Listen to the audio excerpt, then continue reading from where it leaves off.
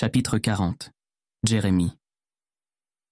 Dévasté, je me dirige vers la voiture avec lenteur, en repassant dans ma tête la discussion que j'ai eue avec Sky. J'essaie en vain de comprendre à quel moment tout a dérapé. J'ouvre la portière et je m'installe au volant, pour réaliser que je suis monté du côté passager. Shit, lâchai-je en donnant un coup de poing dans le tableau de bord. Une vive douleur irradie dans mon poignet. Je réprime un cri. Je sors du véhicule pour m'asseoir du bon côté. Puis, je pose la tête sur le volant et j'éclate en sanglots. Je ne sais combien de temps je reste là à pleurer. Soudain, on frappe à la vitre. Je sursaute. Quelqu'un veut sans doute que je libère le trottoir. « Je peux monter ?» me demande le jeune homme que j'ai croisé en arrivant et qui est allé chercher Sky. Il me semble qu'il s'agit de Matt Walsh, son ami street artiste, à qui j'ai parlé une fois au téléphone. Je hausse les épaules. Aussitôt, il vient s'installer sur le siège passager et il claque la portière. « Ton plan ne s'est pas déroulé comme prévu, on dirait. »« Tu veux te moquer de moi ? Vas-y, » lâchai-je, irrité. « Ce n'est pas mon intention. Tu sais, après ce qu'elle a vécu, Sky a du mal à accorder sa confiance. Tu vas devoir faire un peu plus d'efforts pour la récupérer. »« La récupérer ?» répétai-je, incrédule. « Oui, you're gonna need a little bit more effort if you want to get her back. »« J'avais compris, » répliquai-je, vexé. « Ce que je ne comprends pas, c'est pourquoi tu veux m'aider. »« Tu m'es plutôt sympathique. Certes, tu t'es conduit comme un connard, mais des erreurs, on en fait tous. J'en sais quelque chose. Et puis, jamais Sky ne m'a regardé comme elle te regarde. Denis non plus. »« Elle et moi, c'est fini. Elle l'a dit, non ?» m'écriai-je sur la défensive. Matt sourit.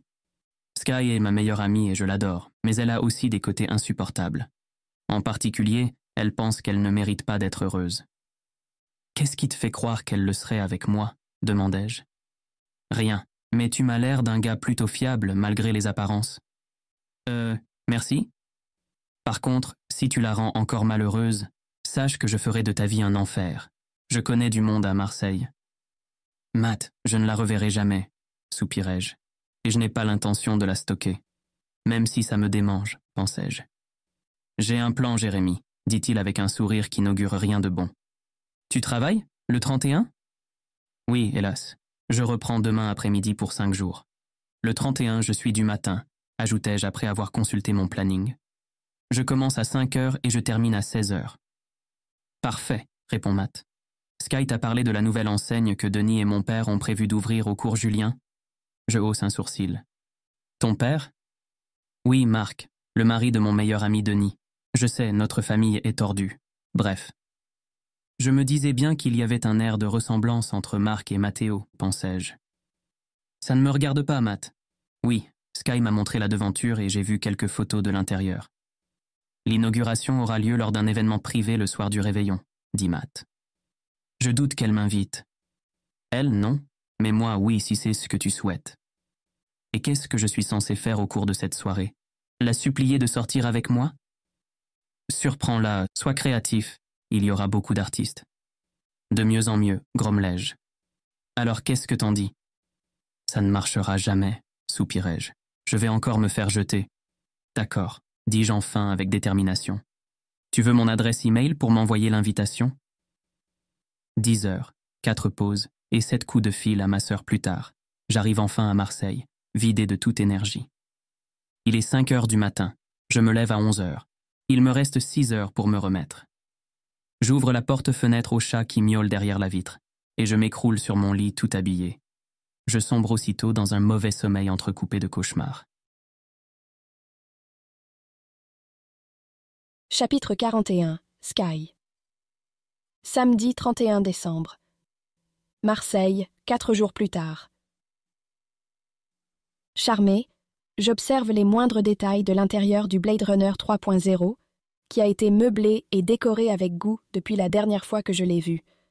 Les meubles industriels se marient à ravir avec les fresques que j'ai peintes sur les murs.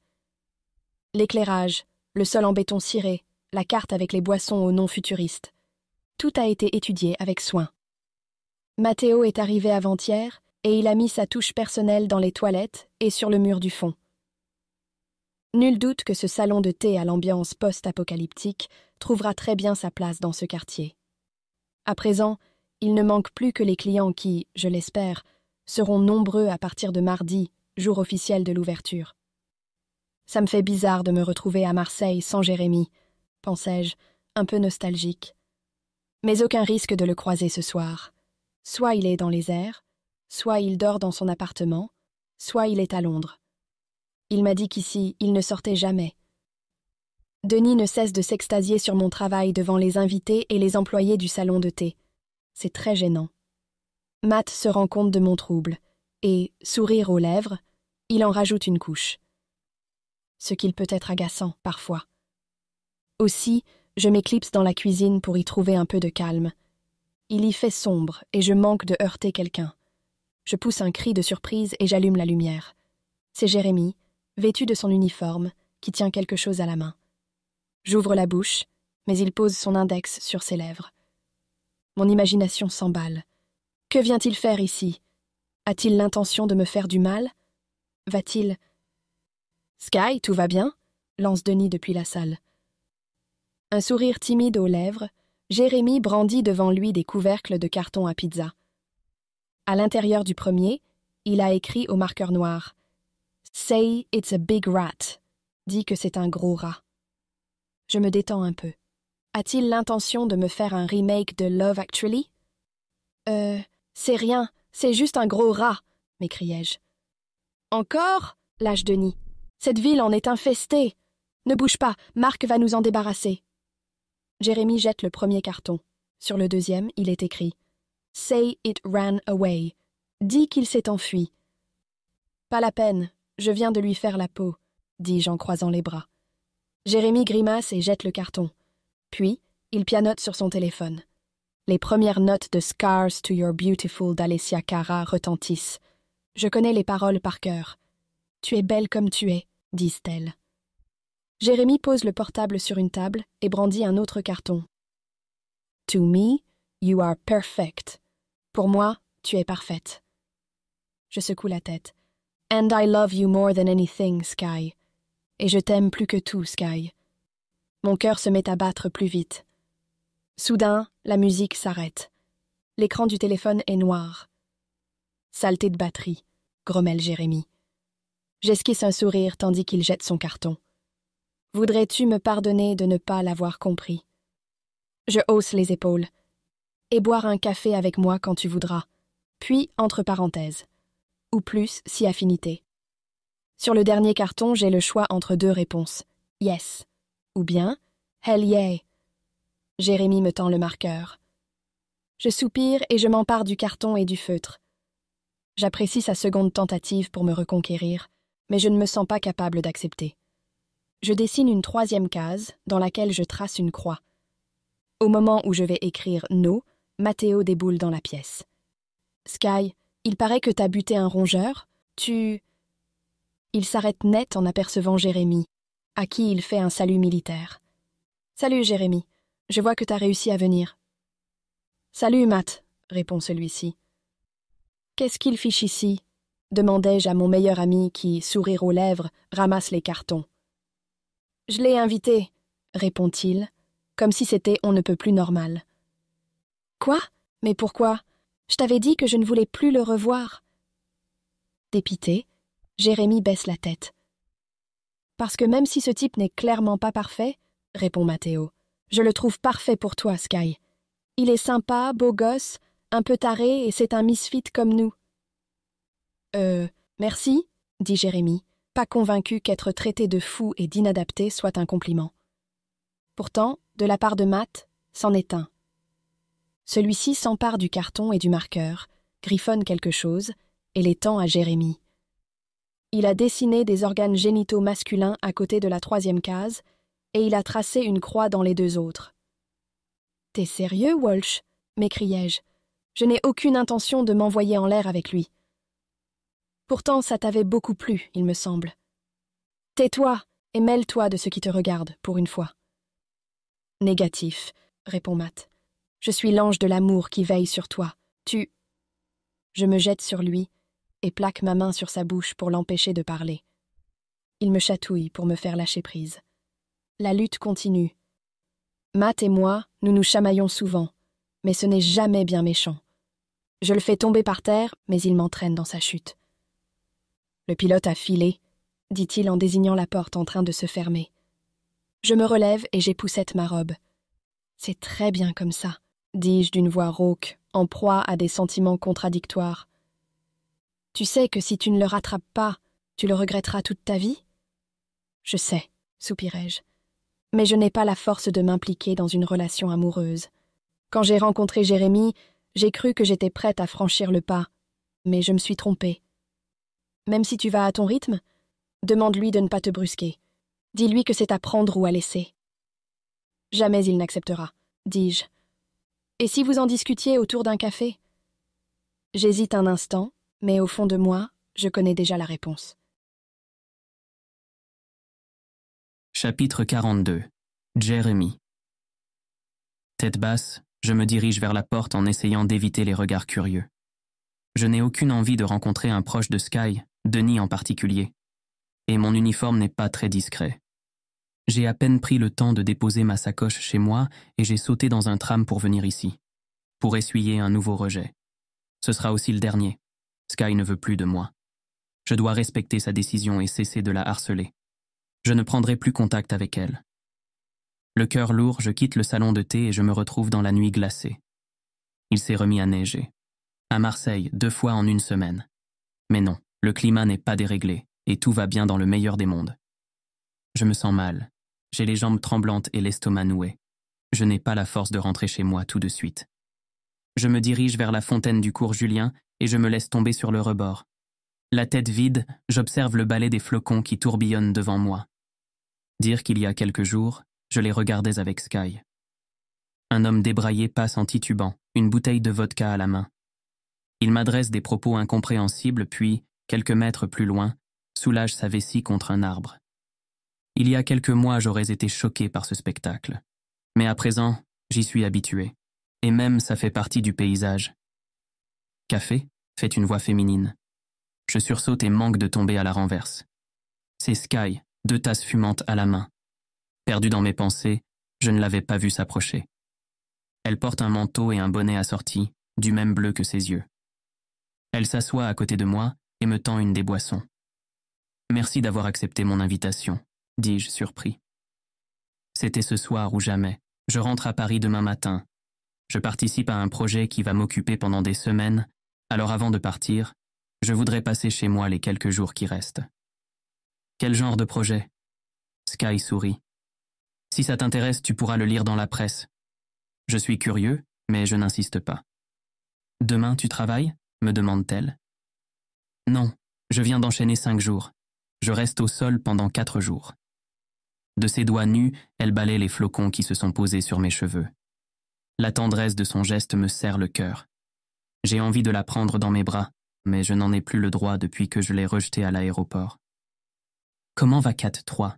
Me demande-t-elle. Il va bien, il est ravi de mon malheur. Il a même pris l'habitude de dormir avec moi. Toi, tu commences à t'attacher, rit-elle. Bientôt, tu lui achèteras un collier et un arbre à chat. Je n'en suis pas là, dis-je.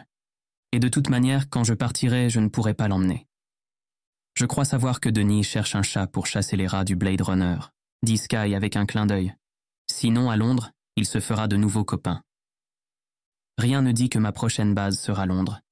Ce qui est sûr, c'est que j'en changerai dans quelques mois, quand je deviendrai capitaine. Elle ouvre la bouche pour répondre, mais elle se met à éternuer. Je me rends compte qu'elle frissonne.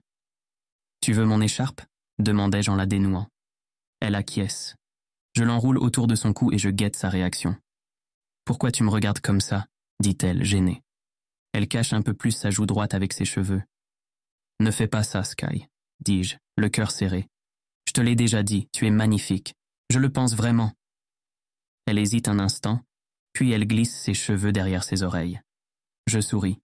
« Quand tu disais que tu m'aimais, tu le pensais aussi ?» demande-t-elle. « Oui, Sky, je t'aime comme un fou. Et si je t'observais, c'est parce que mon écharpe est imprégnée du filtre d'amour de ton ami Denis, avouai-je, penaud. »« Quoi ?»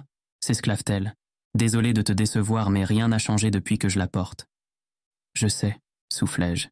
« Je t'aime aussi, Jérémy. » Interloqué, je la dévisage. « Tu... quoi ?» m'écriai-je. « Mais on ne peut pas être ensemble parce que... » Elle s'interrompt. Dépité, je me rembrunis. Bien sûr qu'il y a un mais, et même plusieurs. Parce qu'il y a ta carrière, parce que tu vis à l'autre bout de la France et surtout parce que tu ne me feras plus jamais confiance. Sky pose sa main sur la mienne. Je peux sentir la chaleur de sa paume à travers mon gant. Non, Jérémy, parce que j'ai peur, dit-elle d'une toute petite voix. De moi? M'étonnai-je. Enfin, Sky, tu sais que je ne te ferai jamais de mal? Je sais, mais après ce que j'ai traversé, j'ai peur de vivre avec un homme. J'ignore si j'en serai capable un jour. Je comprends, dis-je. Mais si ce n'est que ça, on n'est pas obligé de vivre dans le même appartement. On peut dormir ensemble quand tu le voudras. Sky paraît surprise de ma réponse. Tu t'en contenterais? Oui, Sky. Denis m'a tout raconté. Je sais à quel point ce qui t'est arrivé t'a traumatisé, et je ne te brusquerai pas, je te le promets. Je ne cuisinerai jamais pour toi, répond Sky. Pas de problème. Moi, j'aime bien cuisiner. Et tu peux m'inviter au restaurant de temps en temps, dis-je avec un clin d'œil. Après ce que tu m'as dit à l'aéroport, ajoute Sky, je n'ai pas très envie de rencontrer ta famille. Je me sens mal rien que d'y penser. À nouveau, je te demande pardon, dis-je. Si tu refuses, tant pis pour moi. Ma mère et ma sœur comprendront. Et tu sais, ma sœur te doit beaucoup. C'est grâce à toi qu'elle a eu le courage de quitter son fiancé, et qu'elle a maintenant une chance de construire un avenir qui lui convienne. Sky ne répond pas, mais elle sourit. Je retire ma main, enlève mon gant, et cette fois, c'est moi qui pose ma main sur la sienne. Lentement, elle entrelace ses doigts aux miens. D'autres objections? Demandai-je. Des tas, soupire-t-elle. Depuis ce qui m'est arrivé, je suis devenue très indépendante et j'ai tendance à fuir dès que je sens qu'on essaie de restreindre ma liberté. Message reçu, je n'essaierai pas. Et si je ne respecte pas mes promesses, tu n'auras qu'à me dire qu'on se sépare. C'est toi qui vas craquer avec toutes ces contraintes, répond Sky, et tu me reprocheras encore de trop boire. Terrain glissant, Jérémy, pensai-je. Tu ferais mieux de te taire. Ce dont j'ai conscience, continue-t-elle. Mais je suis bien décidée à prendre les choses en main. Ce ne sera pas facile. Tu peux compter sur mon soutien, Sky, la rassurai-je. Elle hésite, partagée entre son besoin d'amour et son désir d'indépendance. Quand nous nous sommes rencontrés, elle s'est laissée emporter par l'euphorie du moment. Mais son passé l'a rattrapée. J'étais loin d'imaginer à quel point sa confiance en elle avait été ébranlée. J'ai peur de ne pas être à la hauteur. Si je fais un faux pas, je pourrais la briser. Elle aussi, elle le sait. Acceptera-t-elle de courir ce risque? Pas moi. La neige s'est mise à tomber drue. Je frissonne dans mes vêtements trop fins. Sous son manteau, Sky ne porte qu'une robe de soirée. Tu devrais aller te réchauffer, dis-je en lui lâchant la main. Je meurs de froid et toi aussi, sans doute. Tu veux m'accompagner? Me demande-t-elle d'une toute petite voix. Je suis tenté d'accepter, mais est-ce bien raisonnable? Je me lève et j'esquisse un sourire forcé. Non, je vais rentrer. Je suis debout depuis 3 heures du matin et j'ai fait 5 vols. Je suis épuisé. Jérémy, Réfléchis à ce que je t'ai dit. Si tu veux me joindre, il te suffit de débloquer mon numéro. Je te libère, Sky. J'espère qu'un jour tu voudras me revoir. Sky se mord la lèvre et me fixe de ses grands yeux bleus. À quoi pense-t-elle? Soudain, elle se met à pianoter sur son téléphone. Voilà, c'est fait. Mon propre portable émet un bip. Je lis le SMS qui vient d'arriver. J'ai réfléchi. C'est oui. Oui à quoi? Demandai-je, le cœur battant. À nous, si tu es toujours partant après tout ce que je t'ai raconté. Bien sûr, Sky. Ton ami Matt m'a dit que j'avais l'air d'un type fiable. Il ne s'est pas trompé. Elle éclate de rire. Et encore une fois, je me suis mal exprimé. Jérémy, j'aimerais que tu m'accompagnes. Ça me ferait plaisir de te faire visiter le salon de thé et de te présenter à Denis et aux autres. Je ne te promets pas qu'on passera la nuit ensemble, mais on peut peut-être commencer par une soirée. Elle soutient mon regard. Toute trace de peur semble avoir disparu. Bonne idée, dis-je en lui tendant la main pour l'aider à se relever. Elle la saisit et ne la lâche plus. Chapitre 43. Sky. Viens, Jérémy, dis-je, sourire aux lèvres, en l'entraînant vers le salon de thé. Tu vas te transformer en bonhomme de neige. La couche de neige qui recouvre la place est de plus en plus épaisse. Demain, les avions seront sans doute cloués au sol. ce qui signifie que Jérémy ne pourra pas aller à Londres et que... Stop, Sky. On ne va pas recommencer. Tu as prévu de rentrer à Paris, tu vas rentrer. Point. À l'intérieur du Blade Runner, la température a encore monté. Les invités, la plupart déguisés, se déhanchent au son de la musique électronique. Je reconnais Night Flight de Nova Space. On danse ? Me propose Jérémy en enlevant son manteau. Pourquoi pas ? Emmène-moi sur un vol de nuit, dis-je en riant, citant les paroles de la chanson. Il me prend par la taille et nous commençons à suivre le rythme au milieu des danseurs survoltés. Tu es superbe, me murmure Jérémy à l'oreille. Même si cette robe n'est pas aussi sexy que la rouge que tu portais l'autre jour. Toi et ta sale habitude de stalker les gens, soupirai-je pour la forme. Donc, il ne trouve pas la robe rouge ridicule ou vulgaire, pensai-je. Une jeune femme un peu alcoolisée, vêtue d'un costume steampunk, heurte Jérémy sans le faire exprès. « Sympa ton déguisement », lance-t-elle sans même s'excuser. « Ils ont eu un arrivage à Kilo Shop », réplique-t-il avec le plus grand sérieux. « Merci du tuyau, j'irai voir », répond-elle d'une voix traînante. J'éclate de rire.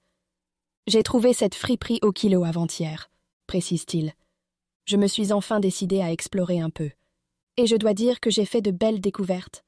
Par exemple, il y a une magnifique piscine municipale à 2 rues de chez moi. Je l'avais prédit, dis-je, sourire aux lèvres.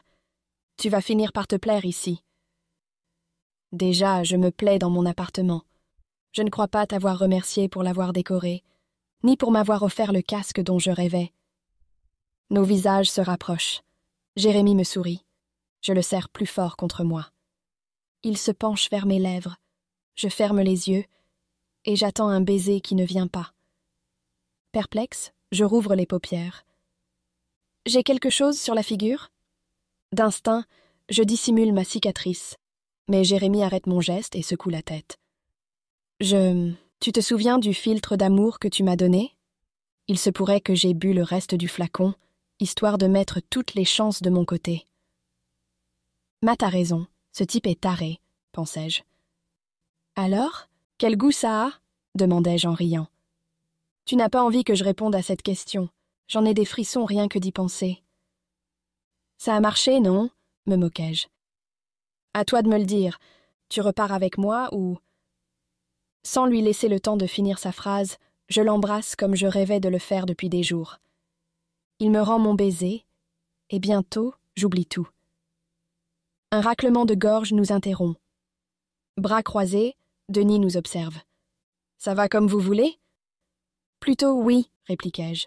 « Trouvez-vous une chambre, alors ?» dit-il d'un ton faussement irrité. Je vois bien qu'il se retient d'éclater de rire. « Bonne idée. Je viens de retrouver Jérémy, pensai-je. La perspective de le quitter ne m'enchante pas le moins du monde. »« Quant à toi, dit Denis à l'intention de Jérémy, si tu brises le cœur de Sky encore une fois, je te tue. C'est clair ?» Je lève les yeux au ciel. « Oui, monsieur Echen, » répond Jérémy qui a pâli. « Je suis désolé. » Mon meilleur ami tourne les talons et disparaît dans la cuisine, sans doute pour exploser de rire. Marc s'approche et pose la main sur l'épaule de Jérémy encore sous le choc. Sa mère m'a dit un jour la même chose et, comme tu vois, je suis toujours en vie. Dans 5 minutes, il sera minuit. On débouche les bouteilles de champagne. Tout le monde en prend, mais Marc s'abstient à cause de ses médicaments, moi à cause de mes nouvelles résolutions, Jérémy et Mathéo par solidarité. J'ai vraiment envie de boire, mais je tiens bon. C'est plus dur que je le pensais. Jérémy se rend compte que je ne me sens pas bien et il m'entraîne à l'extérieur, où l'air frais me soulage. 3, 2, 1, bonne année. Il me serre dans ses bras. Cette fois, personne n'interrompt notre baiser passionné. À bientôt, les amoureux, lance Mathéo 10 minutes plus tard, son sac à dos rempli de bombes de peinture jetées sur une épaule. Il a troqué sa belle chemise et ses Converse contre sa parka tachée et une paire de Rangers. Nous avions envisagé une petite expédition nocturne ensemble, mais ma soirée ne s'est pas vraiment déroulée comme je l'avais imaginé, et c'est tant mieux. « Tu n'attends pas Sky ?» s'étonne Jérémy. « Ce n'était pas prévu, dis-je d'une voix sourde. »« Sky, ne me mens pas, gronde-t-il. J'ai vu tes affaires dans la cuisine, à côté de celle de Matt. Oui, mais ne bouleverse pas tes plans pour moi, dit Jérémie. Surtout si c'est pour t'interdire de faire ce que tu aimes. Sinon, tu ne te sentiras pas bien, et nous deux, ça ne marchera jamais. Touché. Vas-y, Sky, ajoute-t-il d'une voix douce. Moi, je vais rentrer me coucher. On s'appelle demain matin. Tu es sûr que c'est OK? Demandai-je. Promets-moi que tu ne changeras pas d'avis et qu'on se reverra, répond-il. Je consulte Matt du regard. Il lève les pouces, comme pour signifier « Tu as décroché le gros lot ». C'est la vérité. J'embrasse Jérémie une dernière fois, puis je lui chuchote à l'oreille. On se revoit demain, 10h30, à la gare Saint-Charles. Jérémie sourit. Oui, je viendrai te dire au revoir. Tu peux aussi monter à Paris avec moi. Surpris, Jérémie me dévisage. Sans lui laisser le temps de répondre, je me dirige vers la cuisine pour récupérer mes affaires. Au passage, j'interpelle Victoria, occupée à immortaliser la soirée avec son réflexe. Au fait, Vicky, j'ai réfléchi à ta proposition. C'est d'accord, mais je ne veux pas voir les photos. Tu en feras ce que tu voudras. Elle sourit et hoche la tête. Quelques minutes plus tard, j'ai revêtu ma tenue de combat. Je retrouve Jérémie là où je l'avais laissé. Il trinque avec Denis et Matt, qui n'ont plus l'air de l'intimider. « Tu me trouves toujours aussi belle maintenant ?» lui demandai-je avec un clin d'œil, en désignant mes vêtements tachés. « Encore plus », répond-il en me prenant dans ses bras. « Essaie juste de ne pas finir en garde à vue. »« Pour Paris, tu as réfléchi ?» dis-je. « Je te réserve un billet ?»« Ce serait merveilleux, mon ange bleu, » sourit-il avant de m'embrasser. Épilogue. Quelque part dans un petit village touristique du Pérou. Debout devant une énorme marmite, une vieille femme à la peau burinée par le soleil remue avec soin la mixture qu'elle contient en fredonnant le titre gagnant de l'Eurovision de l'an dernier. Elle a déjà ajouté les principaux ingrédients. De l'ugna de gâteau ou griffes de chat, censés renforcer les défenses immunitaires. Quelques feuilles de coca, de la maca, utiles notamment contre le stress, la dépression et les troubles sexuels, diverses plantes médicinales, ainsi qu'un peu de gingembre, réputé aphrodisiaque. Soudain, son petit-fils entre dans la cuisine, vêtu de la tenue traditionnelle qui plaît tant aux touristes. Il porte un sac rempli de pacotilles qu'il va essayer de vendre quand le prochain bus arrivera. « Juan, tu peux aller me chercher quelques bouteilles de bière de quinoa ?» demande la vieille. « Je n'en ai pas assez pour cette fournée. » Encore en train de préparer cet infâme filtre, abuelita, soupire l'adolescent en se bouchant le nez pour ne plus sentir l'odeur qui se dégage de la marmite. C'est grâce à cet infâme filtre, comme tu l'appelles, que tu as pu avoir le dernier iPhone pour Noël, réplique-t-elle agacée. D'accord, désolé, répond-il en sortant l'appareil de sa poche. C'est un petit bijou de technologie un peu plus grand que les précédents et doté d'un objectif photo supplémentaire. Depuis quelques mois, les ventes ont explosé, sans doute grâce aux nouvelles fioles en verre qu'il a commandées sur Amazon. Mais la pisse de lama, c'est vraiment indispensable, lance Juan alors que sa grand-mère va chercher sur une étagère une bouteille en plastique remplie d'un liquide jaune. Ma vengeance personnelle, répond-elle. Les Espagnols n'auraient jamais dû nous coloniser. Et puis, ça renforce l'immunité de ceux qui sont assez stupides pour le boire. Juan se met à rire. Tu n'as pas peur qu'un jour les touristes se plaignent qu'on leur a vendu une saloperie? Juan, surveille ton langage, dit la vieille femme d'un ton sec. Ce qu'on leur vend, c'est du rêve. Et si tu regardais autre chose que des matchs de foot ou des films porno sur ton fichu téléphone, tu saurais que d'après TripAdvisor, mon filtre a obtenu 238 avis 5 étoiles. Quoi? S'écrie le jeune homme sidéré. Les gens pensent qu'il fonctionne? Mais c'est le cas, Juanito. Ce qu'il apporte, c'est assez de confiance en soi pour déclarer sa flamme à l'être aimé. Peu convaincu, l'adolescent hausse les épaules. Un effet placebo, en quelque sorte.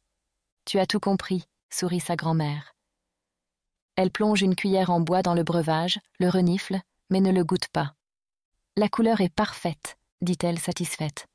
Tu diras à tes sœurs de venir remplir les fioles et de préparer les étiquettes. Elle désigne un carton où sont rangées de petites bouteilles en verre et d'où dépasse un entonnoir. Puis elle éteint le feu, enlève son tablier et passe dans la pièce voisine pour regarder quelques épisodes de sa telenovela préférée du moment, Un conte de Noël qui raconte la rencontre entre un riche héritier mexicain et une belle prostituée de Lima. Fin. Merci d'avoir écouté Avion, Flocon et Filtre d'amour de Laure Arbogast. J'espère que les aventures de Sky et Jérémy t'ont transporté. Tu veux prolonger cette histoire et découvrir une nouvelle péripétie dans leur relation?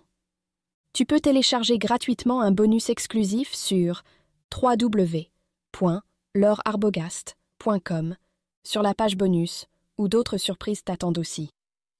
Tu as aimé cette histoire? N'hésite pas à laisser un commentaire, même très court, pour permettre à d'autres de la découvrir. Et si tu le souhaites, tu peux retrouver Ashley 1 an plus tard dans Prague, Flocon et Chocolat chaud. Merci encore et à très vite.